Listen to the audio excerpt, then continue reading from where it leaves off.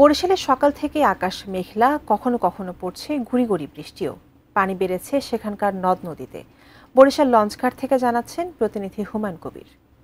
ইতিমধ্যেই জেলা ত্রাণ ও পুনর্বাসন দুর্যোগ ব্যবস্থাপনা যে দপ্তর থেকে জানানো হয়েছে যে জেলায় যে 541টি আশ্রয়কেন্দ্র রয়েছে, আশ্রয়কেন্দ্রগুলো প্রস্তুত রাখা হয়েছে, এগুলো সবসময় প্রস্তুত থাকে এবং তারা সতর্ক রয়েছে। এদিকে ঘূর্ণিঝড় প্রস্তুতি কর্মসূচির সূত্রে জানা গেছে যে দুর্যোগপূর্ণ আবহাওয়ার কারণে উপকূলীয় এলাকায় তাদের স্বেচ্ছাসেবক তারা প্রস্তুত রয়েছে এবং কৃত্রিমলা নদীর পানি আগের চেয়ে 1 থেকে 1.5 ফুট পানি বৃদ্ধি পেয়েছে এবং নদী কিছুটা উত্তর রয়েছে। তারপরেও এই অবস্থায় ছোট নৌযানগুলো ঝুঁকি নিয়ে যাতায়াত করছে।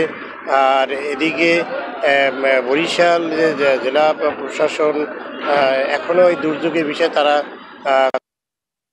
কোনো সভা করেননি বলে জানা গেছে। তবে দুর্যোগ দুর্যোগ ব্যবস্থাপনা দপ্তর থেকে জানানো হয়েছে যে তারা হয়তো এই দুর্যোগের বিষয়ে একটি সভা আজকে করতে পারে। তবে সার্বিক দিক থেকে আমি বলতে পারি যে ঘূর্ণিঝড় আসার আগে যে অবস্থাটা সৃষ্টি হয় সেরকমের অবস্থায় আমরা দেখতে পাচ্ছি। বিশেষ করে ঘুমট অবস্থা আর বাতাসের গতিও কিন্তু কিছুটা বৃদ্ধি পাচ্ছে। এই